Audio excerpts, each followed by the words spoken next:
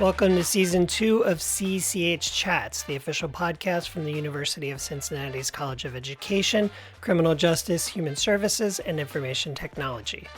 This season, we're focused on conversations with alumni of the 4 schools in this college, learning about their personal and professional journeys since graduation day, and hearing how these Bearcats for life are impacting their communities for the better.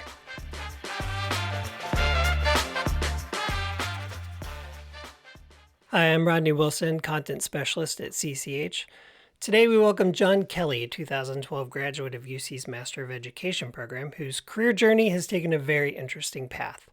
A bookish kid growing up, John went on to study English in undergraduate school. Then with a plan to become an educator, he pursued and completed graduate work at UC's School of Education. Life had other plans for John, though, and despite receiving a teaching offer from a local public school, he found himself moving out of state. First to Minnesota, then California, and in time to the Emerald Isle of Ireland. He began writing on a freelance basis for a number of high-profile outlets, including Mental Floss, Atlas Obscura, and Slate. His long-standing love of words and language led him to a senior lexicographer role with a dictionary website, followed by a 5+ year ascent through the ranks at dictionary.com, where he was promoted to a vice president of editorial role at the well-known tech company.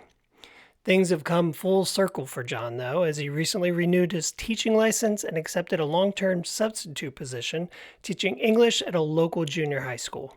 In this episode, he shares with us the details of his various career moves, as well as the moment the classroom called him back from what he calls an unemployed wilderness.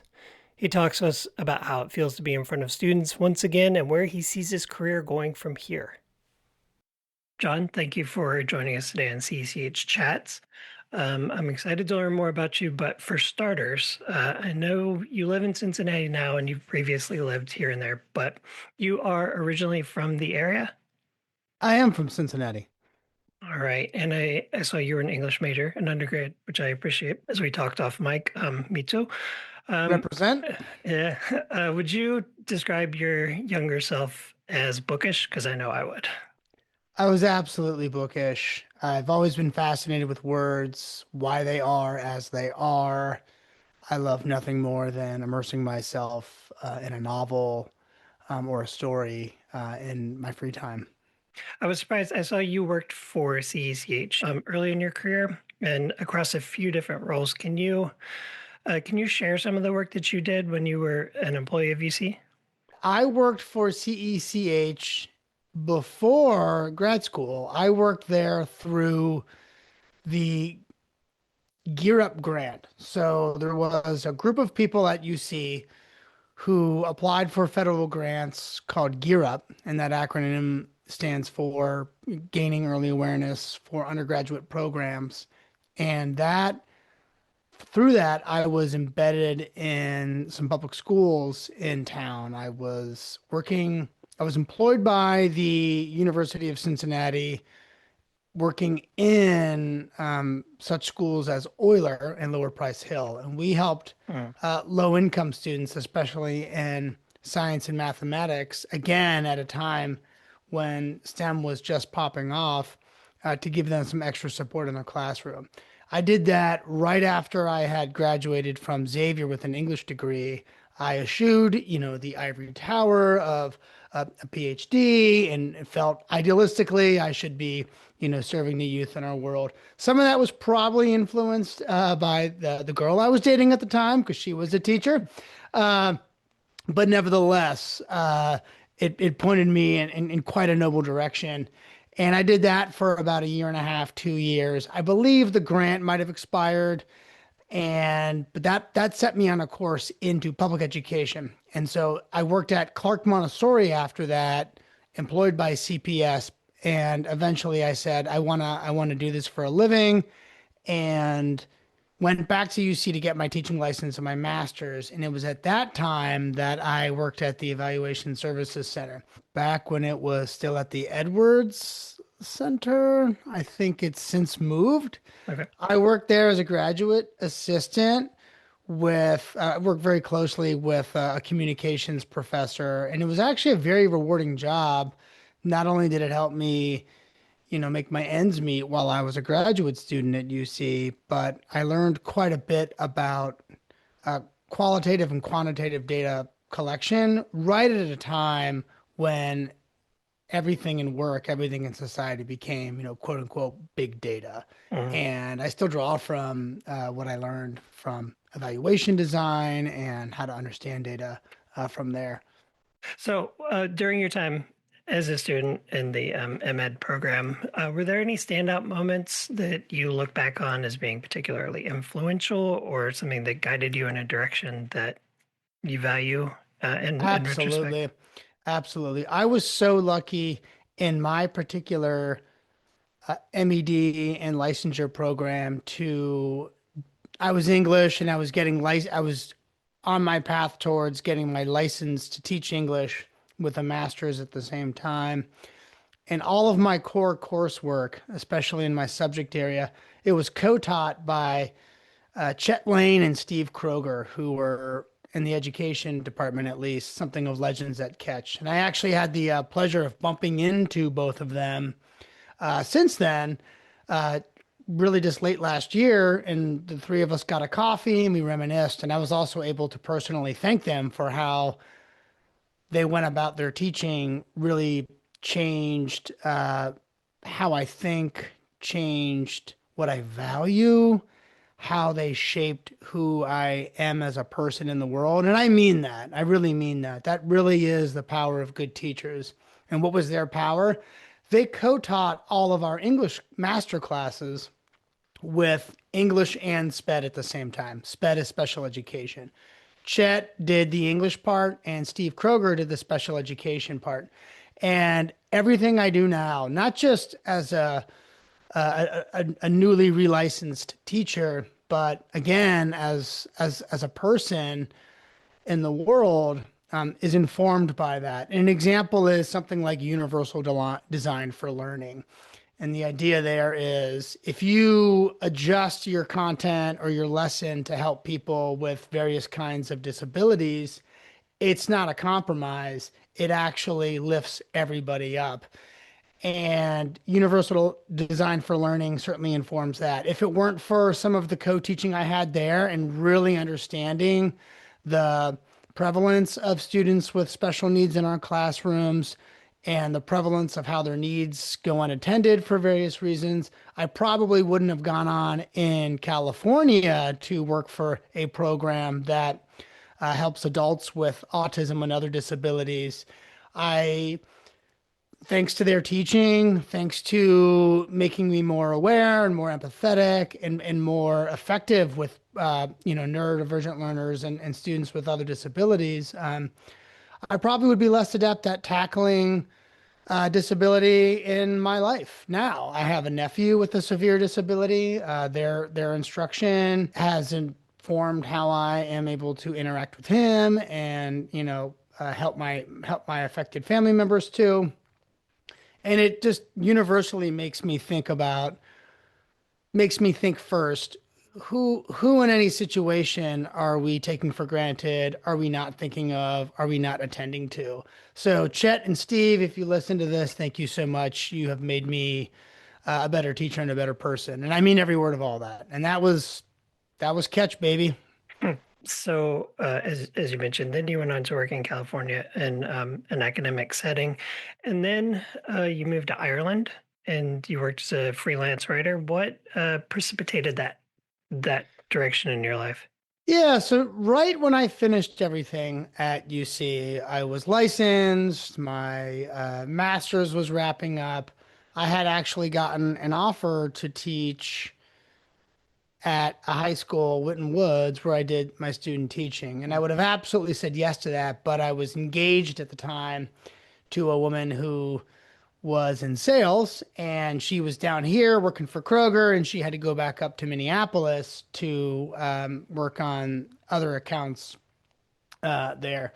And that was a period when she and I wanted to have a little bit more flexibility and to move and travel. And it's kind of hard to be a teacher when you're not sitting still. Yeah. So we were in Minneapolis and then we were in Laguna Beach. And In both of those situations, I looked at getting my license in those states, but two things. One, I knew that we probably may not always reside in them. And two, after just finishing a master's and taking all the tests, I was disinclined to take other tests because my license wasn't reciprocal there. Had we settled down in one of those states, I absolutely would have done the work to get licensed in those states. But our goal wasn't to settle down just yet. So I did continue working in education in Minneapolis. I volunteered at a school that helped ELL learners, both Hispanic and Somali. In California, like I said, I worked with adults with autism. I was academic coordinator. That was a fabulous job. And again, a lot of these experiences were, I feel, kind of in some ways ahead of their time because now we talk about autism in the classroom like never before. We talk about EL learners in the classroom like never before. I'm sure we always did, but it felt like I was on the cusp of something, and my UC education put me on the cusp of what was next to really help me, navigate changes in the classroom and the society. And then Ireland, there's complexities to living abroad, of course, and we were relocated through my ex-wife's job. So there's some personal relationship through here, but we were married. We got divorced over there amicably, but her job took us over there, and her work visa allowed her to work. I had a spousal visa that didn't let me work directly in Ireland, and so I decided to go into freelancing. So at some point in time, just for fun, I began a blog called Mashed Radish. It was 2013. And I just decided to write about word origins. It's something I've always cared about. I was always an exceptional student in Latin. As a kid, I always kind of viewed the world through why words as they are, as I mentioned before, with this kind of restless curiosity about squirrel. Why is the word that way? Or galaxy? What's going on with that word? And, the English major in me always liked to write. And this was kind of internet. This was an earlier internet when blogging was more rewarding. I sort of hoped to, at the time, make a podcast out of it in 2013. But as you know well, it's really hard to do a podcast on your own. Yeah. And we did not have the technology in 2013. I got stymied by trying to figure out how to record live calls. But I kept blogging, and I didn't turn it into a podcast, but I certainly took it in. I certainly turned it into a very interesting career. So I began writing articles on language and word origins for Oxford dictionaries. I picked up a column at Slate on language. Around this time, I was doing a project where I read all of Shakespeare in one year. I did it in 2016, 400 years after his death. And the novelty of that also allowed me to more easily pitch to publications. I did writing for Atlas Obscura, Mental Floss. I eventually began defining emoji for Emojipedia. That's one of the cooler job titles I've had, senior emoji lexicographer. And somewhere in there, I began freelancing for dictionary.com, defining slang, then editing slang. And then that started me off into a 7-year period where I grew into vice president of editorial at dictionary.com. And I got to work with a marvelous group of people doing really cool things, including making the dictionary, making the thesaurus, overseeing our social media content, overseeing video, overseeing all of our blogs and related editorial content and products. I also got to do our PR. So when it would be word of the year season or when new words would come out, I would go on TV and radio and talk about how all this stuff works. And I would also answer questions to the media, what is skibbity and what's going on with identity language? So topics both fun and frivolous, but also very serious and defining our time. And so really just that curiosity about word origins and, giving it the old college try, just writing consistently and writing authentically and giving it a lot of time, I was able to uh, take it into a career at dictionary.com. And that worked really well because I was traveling a lot and I was, relocating all the time. This must have been a delightful avenue to find your career going in. It's not something, even, the most passionate English major is not going to be like, well, I want to grow up and explore etymology in a digital space for a wide audience. But what was it like for you as this career kind of unfolded and you realized that you were kind of making a name for yourself in this area? Wow, that is a really good question. And I don't know if anyone's posed it to me that way. I think part of me all the way through was surprised and delighted, but due to my own perfectionism and the fact that I was coming into it all sort of sideways and a lot of it autodidactically, I'm sure I felt quite a bit of imposter syndrome too. As a person who loves words and loves the power of words and loves how words and content about them can help us understand ourselves and the world better and can also excite us and inspire us and, as I believe, really change our lives. It was definitely a dream. And I think it was, in some ways, a limited dream too, because all of that coincided at a time when the internet really rewarded a certain kind of digital content. This was pre-video. This was pre-fragmentation of social media. This is pre or kind of during Google dominance. And it was definitely before how AI has changed the digital media landscape. Because websites like dictionary.com or blogs, they have a lot harder time getting people's attention, and therefore they have a lot harder time monetizing, earning money, and getting the traffic that they used to. And so a lot of sites like that have really struggled. And that was true for dictionary.com too. Google and AI, really threatened online reference, and the company was sold, and myself and this amazing team, we were all laid off as a result of technological change. And so your question, I view a lot through that lens of, what is it like to have reached this very niche, very narrow, but very exciting and rewarding point. And then to see all of that go away, how do I make sense of that? I make sense of it now by with some time and distance, because I certainly loved the people and the work because it was special. Um, but also just grateful that I did get to do it. And I think there are some lessons there which came from, it wasn't grades, it wasn't, connections per se. It was just showing up in places with like-minded people and having the discipline to write content about something you care about and have the patience to know that, you write something, you publish it, it gets 0 views, maybe it gets 7 views, maybe it just gets a couple hundred views. But over time, through that consistency, it will expand. So because of that part of it, because of how small I started, and because I didn't come through the world of linguistics, or I no nobody goes to school to be a lexicographer or a dictionary editor.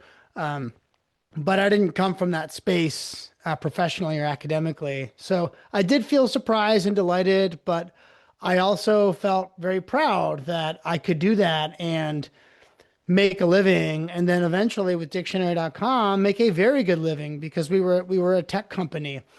And so I feel very proud of that too.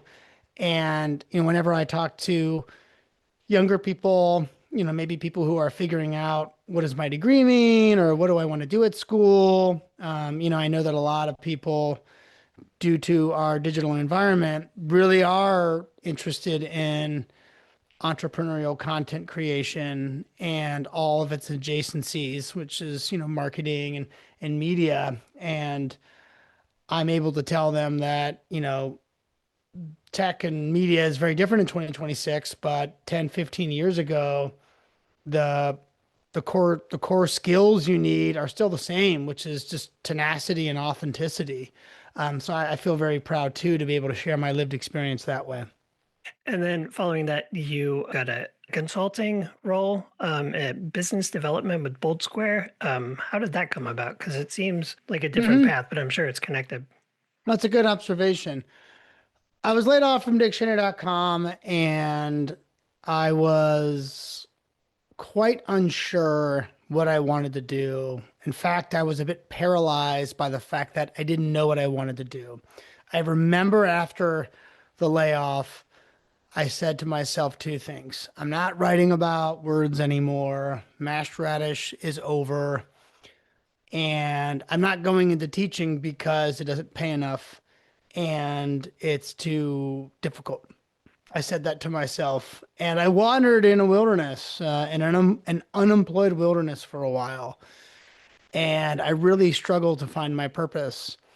And so I picked up some freelancing with Merriam-Webster, defining slang, and that was cool. Great brand, great continuation of my dictionary career. Some opportunities were kind of bubbling up there, but it's a small world, and the next step wasn't quite there. And I really had a hard time going through a lot of the hoops of what it means to apply for jobs now. And this is another thing that I would love to be able to talk to, younger students about. I hadn't had to apply for, jobs in the new digital paradigm where there are AI screeners, where people want you to use AI to change and tailor your resume perfectly. And so I was looking at a lot of jobs that I felt I was qualified for, but something in me wasn't burning to get them. So I was applying to content marketing jobs for various tech companies.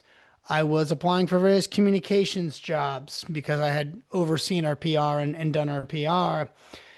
And I wasn't, I was striking out. I realize now I was striking out because I don't think my heart was in it. But at some point in time, I did start using my voice and my desire and interest in talking to people. So I took some coffees with people around town.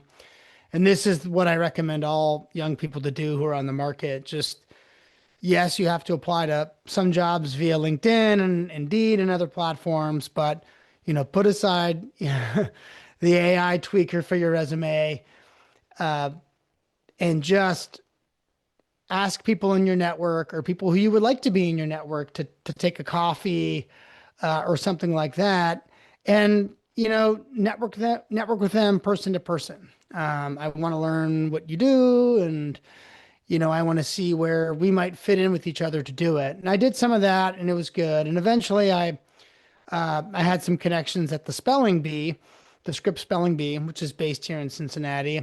Great group of people there. And one of them introduced me to a man who was a partner at this consulting firm, an agency. And a lot of consulting firms are small, some of them are big. But I met this person at the right place at the right time. I needed something next as I really grappled with, my purpose.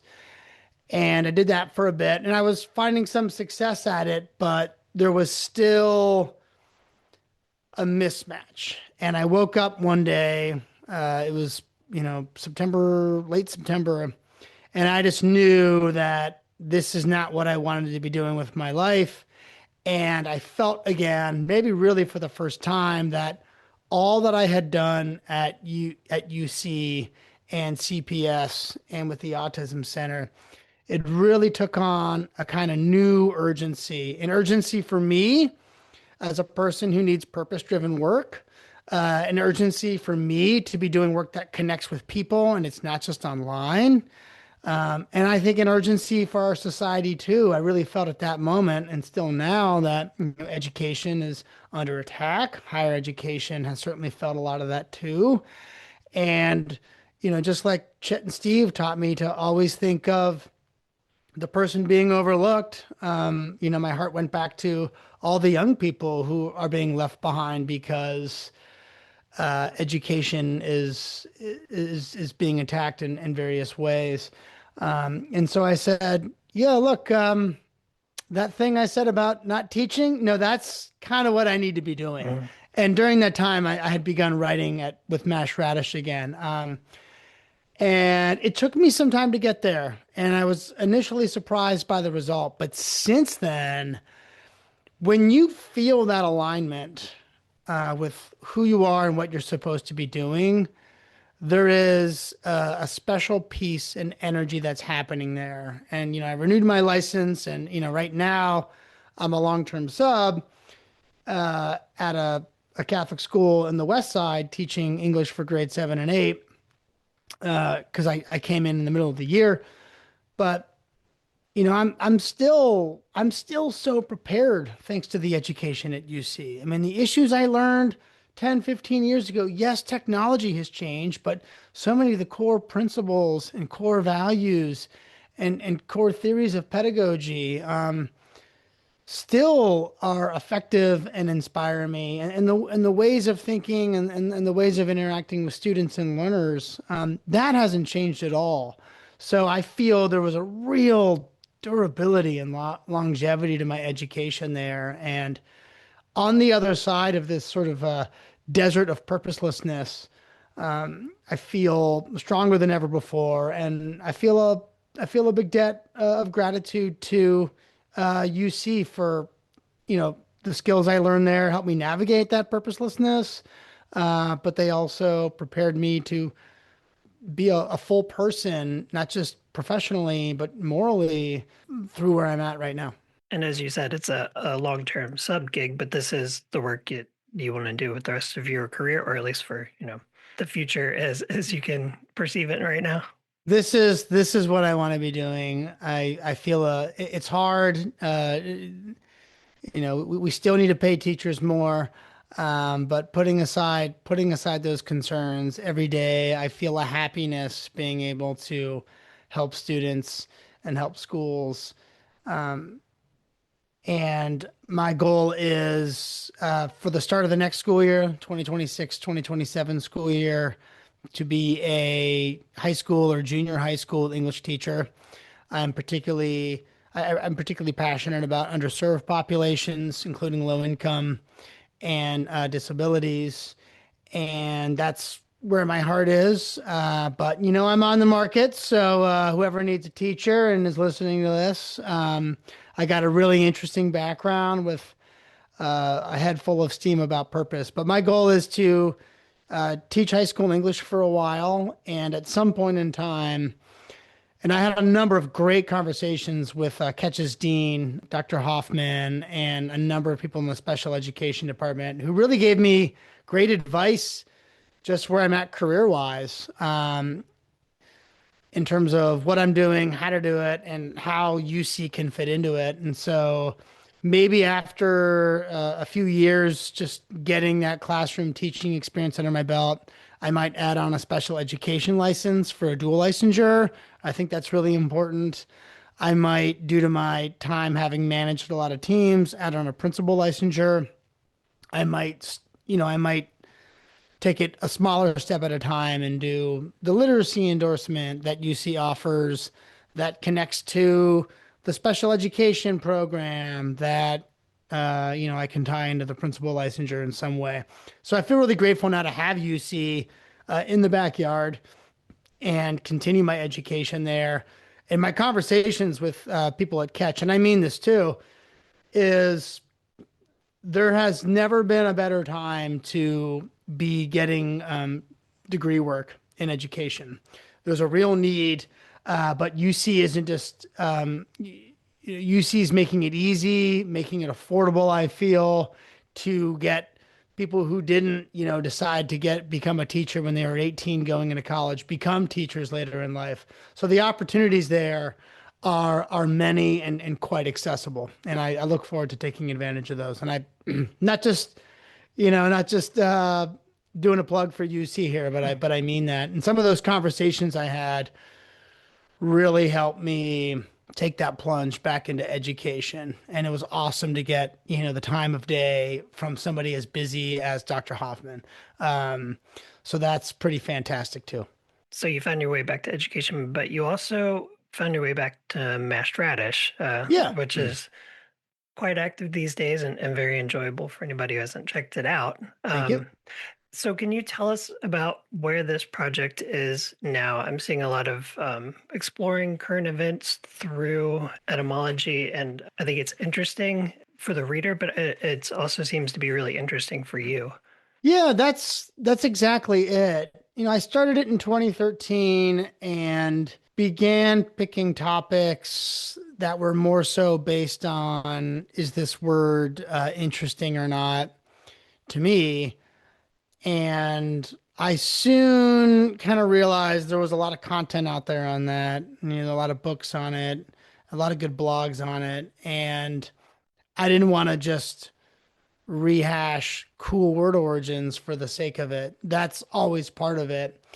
For whatever reason, I have this tendency to make sense of the world and its news by understanding, by kind of wrestling with the words we use to talk about it. And the particular way I like to do that is, where does that word come from? So after Mash Radish got its initial footing, I increasingly began sourcing topics based on, words that were kind of the headlines of the day. And part of that was I had set a goal to, post a week or post once a week or twice a week. And, after a while, you got to go, well, what am I going to choose and why am I going to choose it?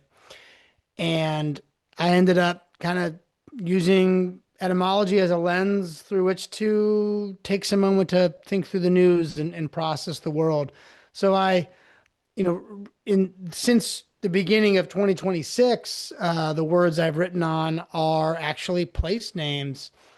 I wrote about Venezuela and the interesting origin that has. I wrote about Minneapolis, which also has an interesting origin. Just recently, I punched up an older piece on Greenland and Denmark. And, through those word origins, I feel I do a few things. For me personally, I can take a minute to, think through the events of the day and the word or words that we use to talk about it. But I'm also able to balance what's on everyone's minds, what is everyone talking about with just what I find to be interesting stuff in terms of the background of words. For some words, I'm always trying to, find is there some sort of deeper kernel of truth or some lesson that we can find in the history of the word. So a lot of that's just idiosyncratic. Right now, I don't, it's not a Substack. I don't ask for money. I do it because I like to do it. So, my school that I'm at starts really early, but you better believe there's an hour every morning before I get ready for school to just spend some time writing. And it's really kind of a project unto itself. In the past, it's certainly been very fruitful because I was able to make careers out of it. I've had offers to write some books on it, which haven't necessarily panned out or I declined. So I'm not sure where it will go next. I know that my interest in word origin certainly helps me in the classroom. I teach a mainly Hispanic population, and some of them are still very much EL learners, and cognates or words that are related to each other come in handy. But I also think we live in a time when we're all supposed to take our hobbies and make money off of them. And I think that's wearing us out a little bit. I think it's nice just to have a blog that's not a Substack, that doesn't have ads on it, and offer people a little bit of moment of, interest in language and etymology, and word origins. So I do it for its own sake, and I think sometimes good things come of that. Right now, it helps me de-stress, to be honest. And it's just a very, very idiosyncratic way of doing it. So that's kind of what's going on with Mashed Radish. You can find it at mashedradish.com. And if you like word origins or you want to think about what's going on, but kind of want a little bit of a word break about it, or put things into deeper historical perspective, sign up for it. All right, John, I wanted to thank you for taking the time to chat with us today. Listeners should check out his etymology writings at mashradish.com and his past writings about the Bard at shakespeareconfidential.com. Thanks again, John. Thank you so much, Rodney.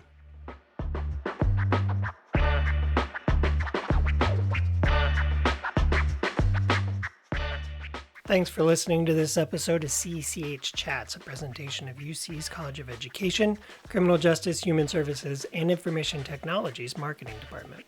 CECH Chats is edited and produced by me, Rodney Wilson. To learn more about the college and its programs, visit us online at cech.uc.edu. While you're there, check out the CECH Headlines page for recent stories, past episodes of CECH Chats, and more. Until next time, thanks for joining us.